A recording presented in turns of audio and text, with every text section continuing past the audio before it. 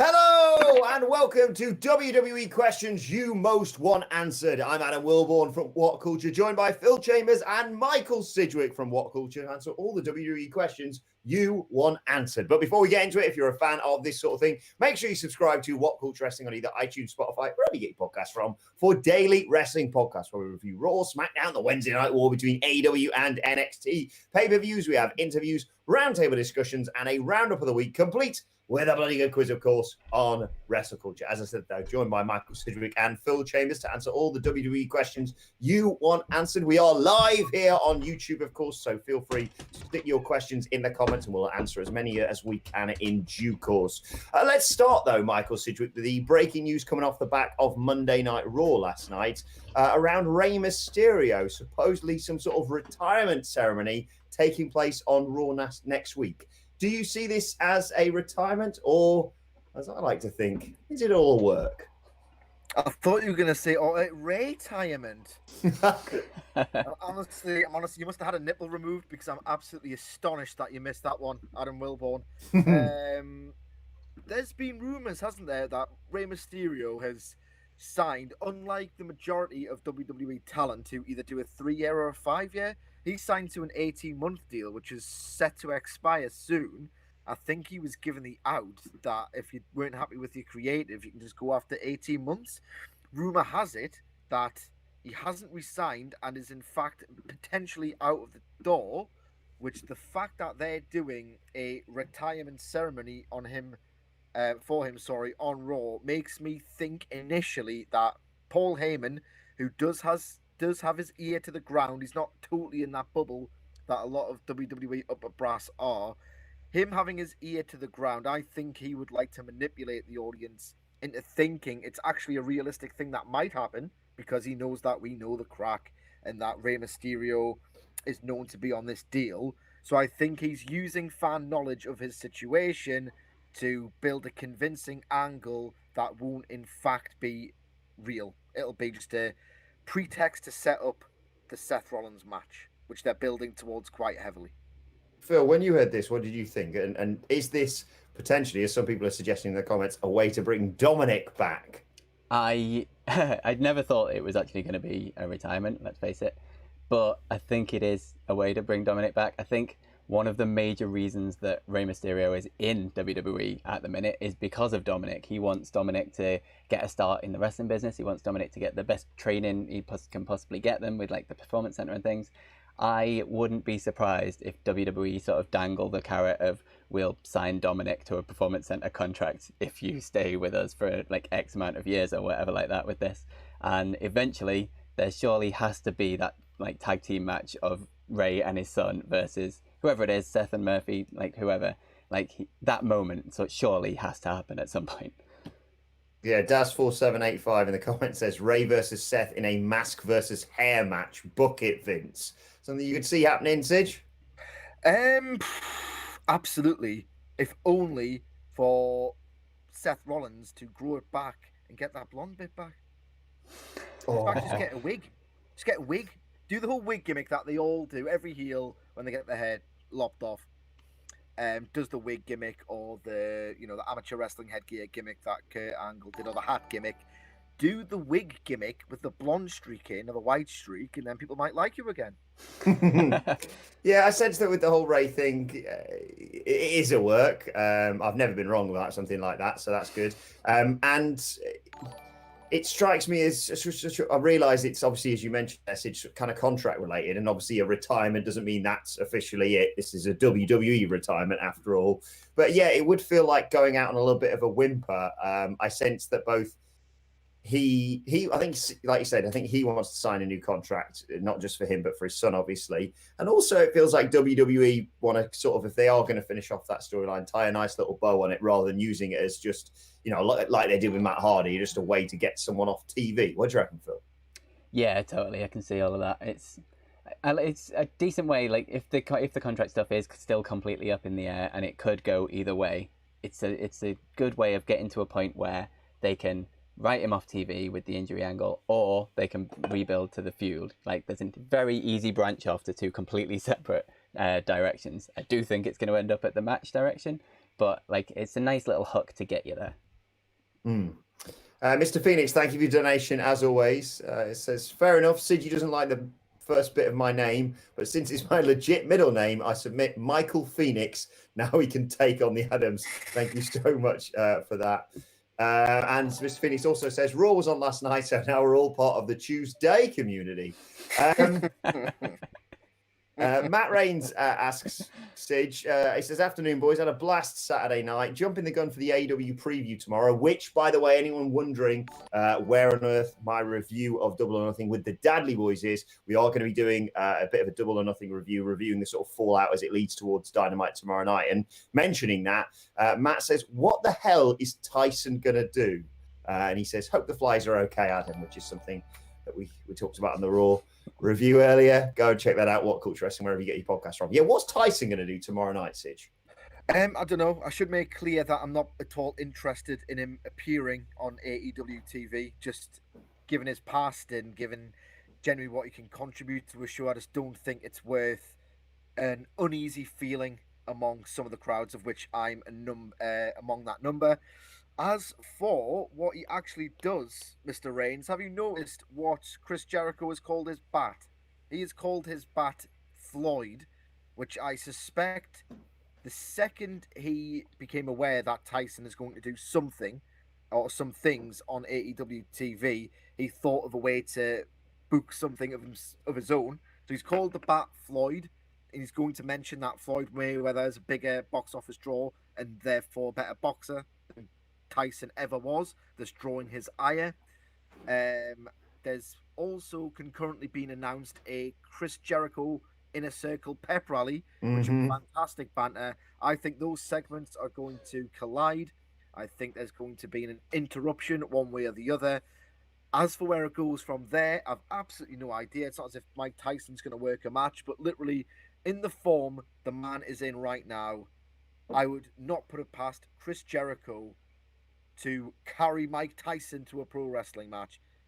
It's just, that's how good he is at the moment. If there's one person, less facetiously, who can make you somewhat comfortable with a man like Tyson's involvement, it will be Chris Jericho, because he's just so goddamn entertaining. And that shouldn't matter, but he's so entertaining that it probably won't. Let's talk a little bit about SmackDown with you, Phil, because obviously you review it for us every single week with Gareth Morgan. Best show of the week, every week. We got the news today that Matt Riddle seemingly will be making the transition to SmackDown this week. In fact, obviously he's got that match with Timothy Thatcher on NXT, but by all reports, he will be showing up on SmackDown this week. What do you see happening with him? And fingers crossed, how long till he holds the world title? Tell you what, that Fox robot has been on form getting these trades. First AJ Styles and now Matt Riddle, and they've not had to give anything back. This is damn good work. Well done, Fox robot. But as far as where he goes, I honestly don't know where he fits in. Obviously, there's so many matches that you can do on SmackDown that'd be absolutely amazing against Bryan and AJ and Cesaro, Shinsuke, like countless possibilities there. It's a bit late. I was like, for a last-minute entrant into the tournament, like if they did it maybe last week and he could have taken someone out and taken their place, that would have been really good fit for him. I reckon they just chuck him in against Cesaro probably, let everyone see what he can do, introduce him to a wider audience, have him obviously beat Cesaro because that's what Cesaro does, and then, figure it out from there. But I don't see an exact storyline where he's going to fit straight in. Das4785 in the comments says exactly that. Matt Riddle has to fight Cesaro, please. Take my money. In those of you who don't keep up with NXT, Matt Riddle is no longer the NXT Tag Team Champions alongside Pete Dunne.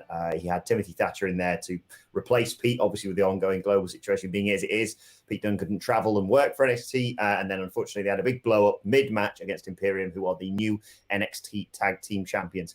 Sidge, you had a mantra that I repeated this morning on the news when we got the Matt Riddle story. He is the golden boy, isn't he? They really are going to have to try hard to screw this one up. They're going to try extremely hard. They often do. If you look at Edge's return at the Royal Rumble, to the fact that he's now being made a joke as he goes on to wrestle the greatest wrestling match ever with Randy Orton. January, February, March, April. 4-5 months they took to ruin Edge's return and literally make a mockery of it. The whole internet is laughing at the tagline, and it involves Edge. And Edge is, I wouldn't say he's been ruined, I'm being facetious, but they spoiled it, just like they spoil everything. I'm telling you right now, cancel your network subscriptions and just don't bother with this company if they somehow conspire to ruin Matt Riddle. I've said this in the past, I will say it one more time. If you look at all the attributes Matt Riddle has and how much they align with what Vince McMahon likes and how they intersect with what the fans like, there's literally no way they can screw this up. It is impossible. He is Vince McMahon to Finn Balor and to various other WWE headliners or headliner adjacent characters like Kevin Nash, John Cena, Roman Reigns. Says, go out there and wear a big smile. You're there to put smiles on faces, so put a smile on your own face. Big smile out there. Matt Riddle does this earnestly, and he does it fabulously without being instructed, and he's not going to wear that plastered, weird grin that Finn Balor did.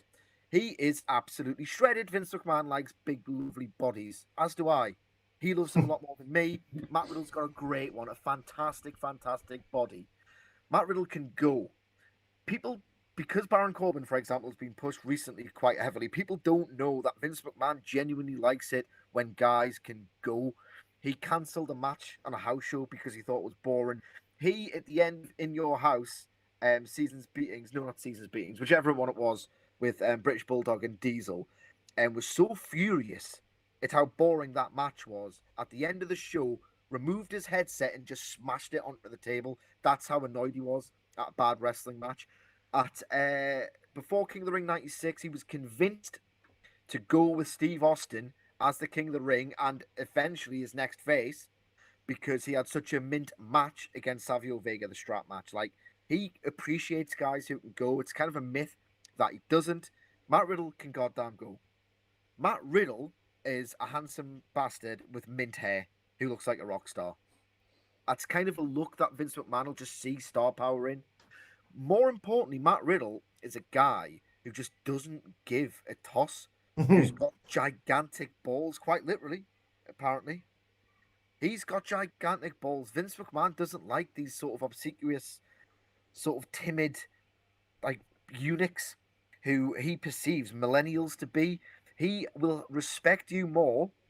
And I'm not a psychologist, for Christ's sake, but we've seen evidence of this throughout the years. He will respect you more if you just lay your balls on the table and say, I'm not doing this, or we're doing it this way, not the way you want it to be. I mean, look at the relationship that Brock Lesnar has with him. There's not a single flaw in Matt Riddle's game. And I know I'm going on a bit. I'll finish up soon. If you look at what Matt Riddle has been doing on NXT TV recently, it's as if he's getting injected with antibodies to withstand the main roster and all the bollocks that they'll give him. They've been giving him chat show segments. They've been giving him sort of that stupid thing they do on the Titantron that he did at NXT TakeOver Portland.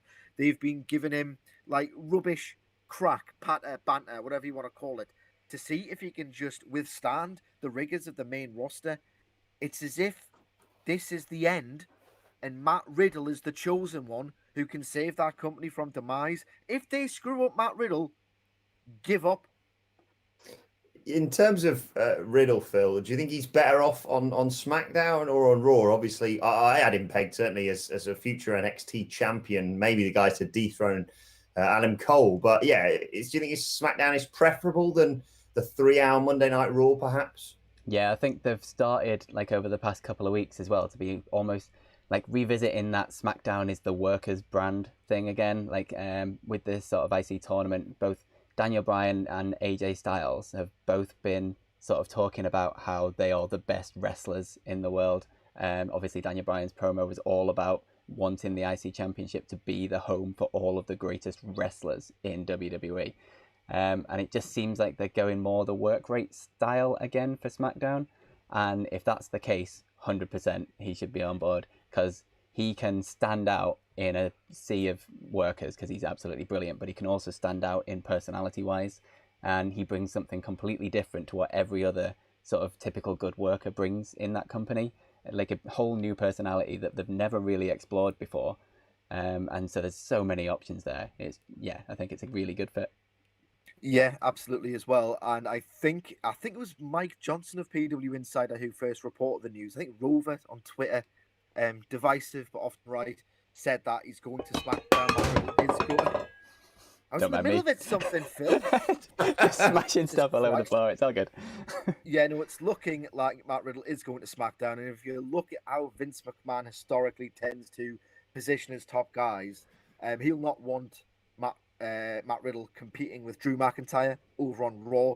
I foresee this in the best possible case scenario being a situation similar to Cena Batista was back in 2005, where Drew McIntyre is the top face on one brand, Matt Riddle is the top face on the other, and those are your two guys who you can depend on for the next 2, 3, 4, 5 years. They're really missing that top face on SmackDown as well. I know they've got like AJ Styles and things, but like at the moment they don't seem at the upper echelon of WWE. Like they need that one standout guy, which is not Braun Strowman. Nope, absolutely not. Yeah, I think you look around on SmackDown, and yes, I may pitch a few things here that wouldn't work, but you can easily see Matt Riddle putting in either performances in terms of in the ring or in terms of promos with some amazing guys there. Obviously, we reported Drew Gulak now returning to WWE after a brief spell. Him leaving WWE is a worker as well. I got that one right. You've got obviously Bryan, you've got Styles. Hopefully, you've got a Bryan Styles final for the Intercontinental Championship. Obviously, Bryan's going to face Jeff Hardy. AJ Styles facing Elias. You've got Sheamus on there. You mentioned Baron Corbin. They're going to do some comedy with Otis that I sense Riddle will just bask in. And then, yeah, I can see quite quickly, if you ask me, Shinsuke Nakamura. I haven't even mentioned Shinsuke. I can quite easily see him shooting back up the ranks. Maybe Sami Zayn comes back for a feud, which I think would be great if they can sort all that out. He could be world champion very soon, and I think he could be the guy that just breaks the Fiend, and he'd be one of the few people that I think wrestling fans would be okay with just overcoming the Fiend because of his, Can't get in his head because he's just too high. Yeah, magical powers. Right, I got some questions on Twitter when I mentioned that we were going to be doing this earlier on today. Random Gamer 11 asks, who else deserves a push? This, of course, off the back of the news that Apollo Crews is your new United States champion on Monday Night Raw. Phil, who do you hope gets a push in the next few months? Anyone in Zelina Vega's stable. Just do something with them. They're really, really good together, but you just keep making them lose. Probably Angel Garza, I think, if he goes down this weird sex-crazed wrestler gimmick that he started on Raw. I think that could be a way to go. But yeah, just that stable, just in general, all of them. Like, do something with them. It's too good not to. Yeah, they say a good wrestling push is a lot like sex, Michael Sidgwick. Would you agree? Yeah. I based all my best crack on the Raw review podcast earlier. Can't think of one. Who do I want to see push, right? Who do I want to see pushed? It's one of those where it's always sort of a dangerous game to play because you think, oh, this might be good if they book this guy who I like, and then typically it tends not to happen. Kyrie Bloody Sane because she's amazing. Yeah, what's going on with Bianca Belair at the moment? Do we A wrestling know? push is a lot like sex when I was 18. It would take a year yet to happen. Wasn't Bianca Belair on Main Event? Oh no! Already. I'm sure I heard that somewhere. I don't watch it, but I'm sure I've heard it. Yeah, Bianca Belair not good enough, unlike Natalya, to qualify for that number one contenders match, apparently, or Shayna Baszler. But anyway, Shayna Baszler, for me, she deserves a push. She deserves to be world champion. Maybe not at the expense of Asuka right now, but I think that feud could be genuinely spectacular for them. Obviously, they're putting Asuka with Nia Jax right now, but that seems like, a holding situation before Backlash. I already have seen you, Phil, by the way, sowing the seeds of me and Adam Nicholas doing the stream for Backlash. And you know what that spells. Although it is going to have the greatest wrestling match ever, so who knows? And that screams you and Nicholas for a stream, let's face it. Yeah, in terms of Got Joe. I know. That's the worst part of it all, and the bloody greatest showman gimmick that they got going on with it. In terms of other people, I'd like to see less a person and more a championship. Take that bloody 24/7 championship off Rob Gronkowski. He's even got though eyes in the back of his head. You just can't take it off him. Oh, truth. More like our lies. A great promo this week. He's got sunglasses on the back of his head. Not eyes. Sunglasses. It's just ridiculous. I got a joke.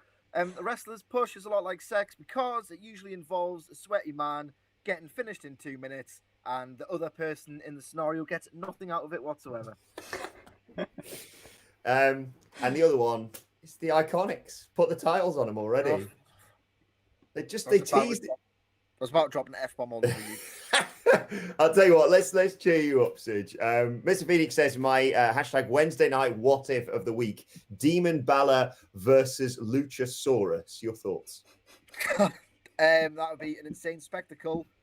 I would love to see Luchasaurus just karate kick him in the head. I've never liked the Demon Finn Balor gimmick because the main roster ruined it for me. Like they really did.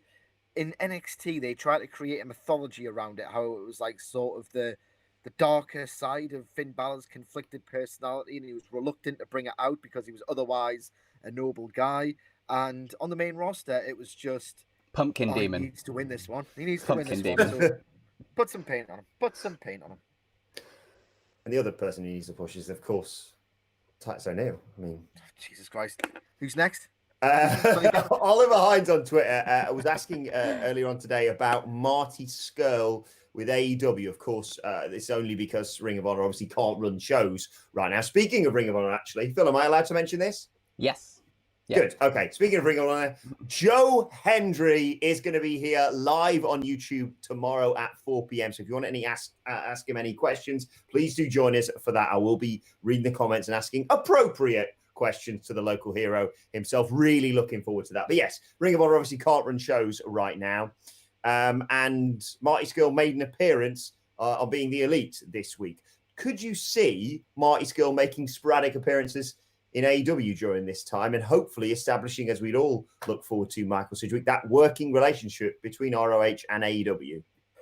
I'm not all for a working relationship between ROH and AEW. I don't think ROH is anywhere near the level that AEW is. I think one would bring down the other more than one would elevate the other in that scenario. Having said that, I would absolutely adore to see Marty Scurll in AEW. I've wanted it all along. I think there's so much goddamn history they can work on and build on to create like really compelling storylines. It could happen, you know. I think a lot of the thing with Marty Scurll in getting the book, or at least something close to it in ROH, is that they essentially realized that like there's some great talent in ROH. There's some fabulous talent in ROH, and I think that they've been a victim of one disastrous night in Madison Square Garden and the sheer emergence of AEW than anything like that's incredibly systemically wrong. And if there was, they've corrected that, but at the worst possible time because they've not been able to reap any of the early good work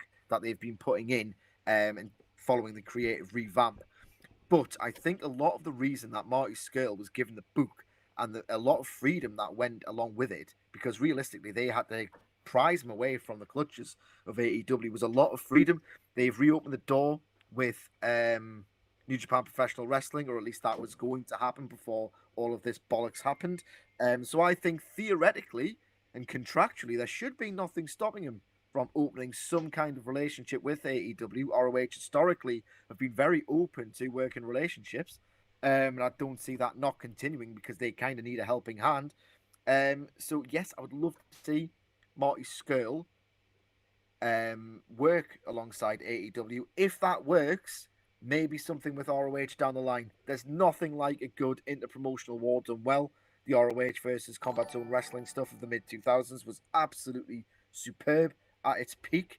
A lot of Japanese promotions promoted cross-promoted events in the 90s, and they were phenomenal at their best. Don't let the invasion that the WWF and WCW did worry you, because other good companies can get it right. So, I've got a long-winded rant here, but yes to Marty Scurll, a tentative yes to ROH. Phil, before I get your thoughts on this, just a few comments to go through. Matt Rains says Marty was on Being the Elite this week. Yeah, if you haven't checked that out, go and check that out. A really great little spot on there, which has kind of sparked all these questions. Very quickly, Sidge, Daz4785 says, if WWE, AEW, and TNA can tape in empty arenas, why can't ROH? Is it just a financial thing, do you sense? I don't know, because ROH are backed by more money than AEW and WWE have in the form of the Sinclair Broadcasting Corporation. I think, realistically, the reason why they haven't done it, looking at it cynically, is that they don't have a national television deal. They're not beholden to a rights fee that completely dictates their finances. They don't have to do it financially, so I don't think it's worth the PR risk to do so. It would be nice if they were genuinely, earnestly concerned about the welfare of the talents, but at the end of the day, it's a pro wrestling company, and I'll never believe that any of them, other than the sacred gods that are New Japan Pro Wrestling, are genuinely concerned about this. And even New Japan, I suspect, and the state of emergency in Japan's been lifted, they'll start to trickle out shows. I've got no doubt about that whatsoever. It's pro wrestling. It's inherently an awful industry, not likely to change. But yeah, I suspect that they don't have to do it. And if anything, it's better if they sort of don't continue to run shows that get no buzz whatsoever. It's going to be a bad look all around. Phil, you worked a lot with Marty Scurll during his time, of course, in WCPW and Defiant, and with a lot of guys that he could potentially work with in AEW. How do you see that going, and who would you like to see him working with? I think the obvious thing is just stick him straight back with the Elite, unless you do him working against the Elite, but I don't think he can win out of that. I think, like Sid was saying, Ring of Honor stands to gain a lot more from this. Ring of Honor are really missing that big star that draws people to their platform, and if they can somehow get Marty Scurll, I think they would be fine with him doing absolutely anything on AEW, because no matter what happens, you're getting more eyes on Marty Scurll, and therefore getting more eyes on Ring of Honor when they finally do eventually come back. The obvious thing is to put them in there with the Elite, do something against Sammy Guevara, something like that in the Inner Circle, keep on going with that storyline. I don't know if he'd come in for a match as well, or whether it'd just be sort of character bit parts on the side. I'm not entirely sure, because you can't do, if they were aiming for the Dark Order or something to be Marty Scurll's thing originally, like, you can't go back into that, because that doesn't make any sense anymore. Yeah, it's a shame that, because Marty Scurll in storyline has such a perfect reason to go against the Elite, which is why he was originally pitched as the leader of the Dark Order to begin with.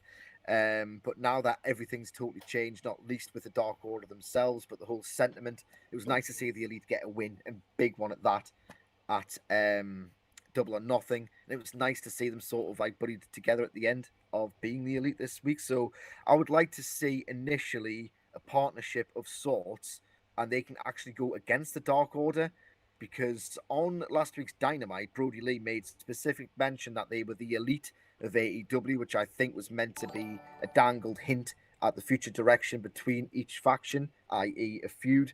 So maybe Marty Scurll could assist with that and then join them temporarily. Who the hell knows?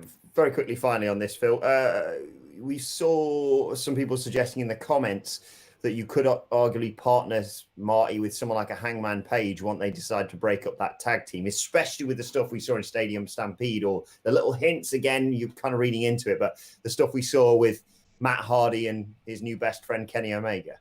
Yeah, I'd be interested in seeing that. I think if you go down the route of Hangman Page leaving that group and going off on his own, and then you need some kind of mystery partner or whatever it is to bring him in for a one and done deal kind of thing, I think that's a perfect thing. That's a huge pop. That's a great coup for like a Hangman Page coming out on his own. I think that'd be really good fun.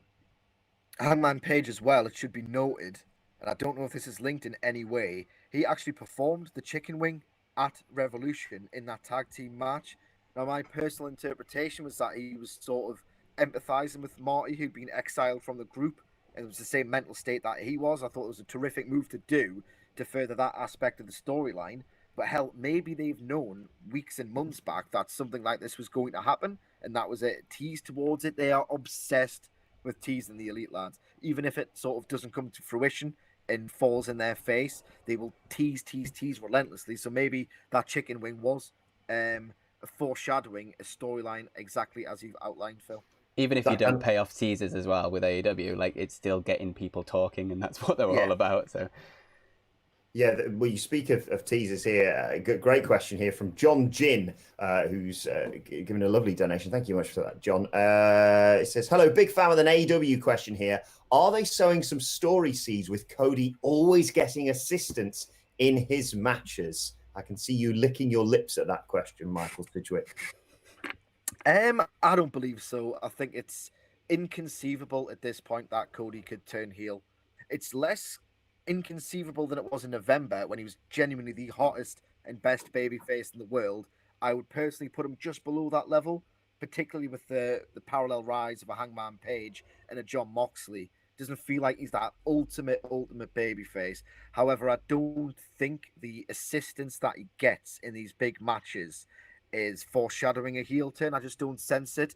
What I think the reason why Cody likes to get a lot of seconds and thirds, like Brandy and On, and in the case of Double or Nothing, Tyson, involved in Pharaoh for Christ's sake, and DDP and MJF, involved secondary players, is that he's a very good storyteller.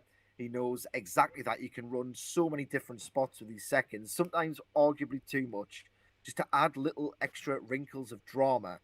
And in terms of the big posses that he's had in the pre-match entrance, I just think all of these are just little dramatic wrinkles you can throw in the matches. But more importantly, I think they function like the posse and the whole presentation.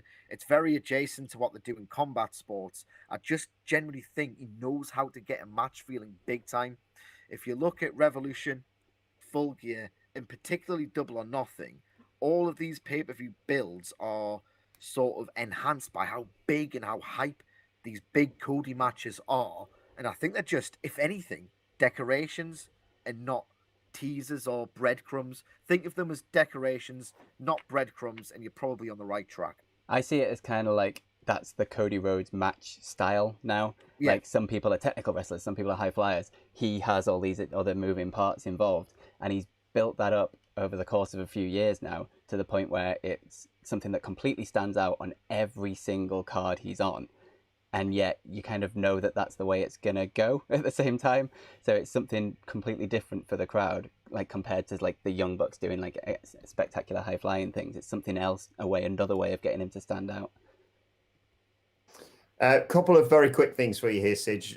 We don't need to spend too much time on it. Your reaction to people's reaction saying that Cody winning the title buried Lance Archer. Oh, for Jesus Christ's sake. Right, okay. I hate this take. Like, I really hate it. What I will say is that it's a total shame that Lance Archer ruled as hard as he did in that role. He was so awesome. He's been awesome in AEW, so it is a shame that theoretically he's lost a bit of heat by losing to Cody. One, Jake Roberts can turn that around with one chilling, sinister promo. Lance Archer can attack somebody and get his heat back. And it's not as if he's been buried or ruined. I still really want to see what he does next. He was protected in defeat. He was super strong in that showing. And secondly, we look to, in my opinion, wrestling fandom, we look at the booking more than the story. A lot of that's to do with the fact that there's typically in WWE been way more of one than the other to focus on and to fret about.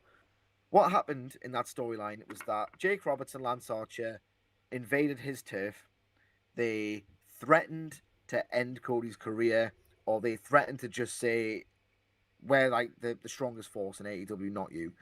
So they invaded his turf, they left his brother for dead, and they traumatized his wife. At the end of that story, if Cody bottles that and can't beat him at the end of it, then what kind of a babyface is he? He's a rubbish one. That's not worth getting behind. His babyface stock, given the story involved, had way more to lose than Lance Archer as a hired gun for heel character, and there's more long-term value in keeping Cody a top star than there is Lance Archer. That's the end of it. Jed Brown says, what was your favourite stadium stampede spot? Mine was the Northern Lights suplex because I called it on Twitter. Cheers for the great content always, says Jed. Thank you for your donation, Jed. Phil, we were doing the stream together. What was your favourite spot? Everything with Hangman Page and his horse. And just everything with Hangman Page in general, like the bar spot, the have you come here to fight or have you come here to drink? Like the sliding down the bar, everything with Hangman Page was the best bit. I have to agree. The Hangman Page stuff was the best because, as I've written, what made that match so perfect wasn't just the absolute banter or the patter. It was the fact that some of the wrestling in it was absolutely tremendous. You can't do comedy wrestling without wrestling. It's kind of a giveaway. And his goddamn backflip off the bar and the bump he took on the pool table and the way he scooched over it in one fluid motion. His professional wrestling, even in that crazed context, was outstanding. The comedy was great. The wrestling was great. It was a great comedy wrestling match. Hangman Page, in my opinion, was the best bit about it. Honorable mention was the bump that Chris Jericho took into the practice net from the Super Kick, because he just kind of stumbled arse backwards. And it's just like he just totally made a complete dick of himself for our entertainment. And that comedy bump was a totally perfect comedy bump. For me, anything involving Sammy Guevara, I mean, that bloody one-winged angel to finish the match was jaw-dropping. Phil and I just couldn't speak for about a minute afterwards because it just fell for so long. Have you seen that like behind the scenes video of like the crowd or whatever filming it? It looks insane. And honorable mention to it makes me laugh every time. Chris Jericho giving the Judas effect to Jackson Deville. Just funny because he thrusts his crotch at him beforehand, and I don't mean Chris Jericho. Right, let's run through some final questions here. Scanlan 1201 WWE Roman Reigns fangirl, that's a long name, says, would you like to see Matt Riddle versus Drew in a feud? Sid, why don't you take this one? Drew McIntyre? Mm-hmm. No, not at all. Obviously I would, because I think the match would be fantastic, but they've finally, after years and years and years, have got a top babyface in Drew McIntyre over to a point that fans don't hate him. This is a miracle. You don't want to ruin this miracle by pairing him with a guy with such transcendent charisma as Matt Riddle, to the point where he looks worse next to Matt Riddle. You need to keep these guys apart. You don't want to divide the fans on this. For God's sake, we've got a babyface that we don't hate. It's great. Survivor Series, maybe. Daz47. No? Okay. Daz4785 says, AEW has made me look at wrestling differently. Love Sammy Guevara. Daz, I'm in the same boat as you. You know, a year or so ago, I barely knew who Sammy Guevara was. Now he's easily in my top 5 favorite wrestlers for this year. Right, one final question here. It comes from Oliver Tennant on Twitter, all talking about The Undertaker. Of course, his Last Ride series on the network is getting huge rave reviews, and it's got a lot of people speculating about his career. Oliver has pitched to finish off The Undertaker's career, The Undertaker versus Drew McIntyre at WrestleMania 37. They were, of course, involved in the Graveyard Dogs match. Phil, what do you reckon? I think that would be absolutely brilliant as a match. I don't see it happening, though, unfortunately. I think they're going to go, if it is one more match that he's going to do, I think it's going to be the rematch of AJ Styles, and he's going to take him out, although Drew would be absolutely amazing in that match. I would like to see the Graveyard Dogs, not Taker versus Drew, but Taker and Drew, the new Graveyard Dogs, because I think they would have just as good as chemistry as Roman Reigns and The Undertaker did. The new Graveyard Dogs of Undertaker and Drew versus heels. Let Drew do all the work. Taker can take like the glory and the spots and the pops, and as he should, he's had like enough of a legendary career, and that's the way to go out, because literally, other than the Boneyard match, which wasn't pro wrestling, and he can't do it twice in my opinion, the only thing he's done that was worth a damn in years and years was that Graveyard Dogs match. So you want to replicate that, because it's guaranteed high to go out on. Just to wrap it up then, we started this by discussing Rey Mysterio's retirement that was advertised for next week's Monday Night Raw. Phil Chambers, will he retire next week for you? Nope. Simple as. Just nope. Do you see Rey retiring next week on Raw? Retirement? Right, there we have it. Thank you for everyone for getting involved. Do let us know your thoughts, any more questions you might want us to answer for tomorrow's news, for example, on Twitter at WhatCultureWWE. Watch, they can follow all three of us. You can follow Phil Chambers at Phil My Chambers. You can follow Michael Sidgwick at M Sidgwick. You can follow me at Adam Wilbourn. And if you've never followed me before, 5 o'clock today, I am posting a photo of 2 flies shagging. You do not want to miss it. I don't know what else I can sell you on. At What Culture WWE, if you want to follow all of us, of course, and if you want more podcasts, including the Raw review, when we first saw these flies shagging, it's all part of this rich tapestry here at What Culture. What Culture Wrestling on either iTunes, Spotify, wherever you get your podcasts from. Do join us live 4 p.m. here tomorrow for an interview with Joe Hendry. I'll be asking as many of your questions as we possibly can. And don't forget to like, share, and subscribe. As always, thank you for your donations, for your comments, and just for being here with us. My thanks to Phil Chambers and to Michael Sidgwick. And We will see you soon.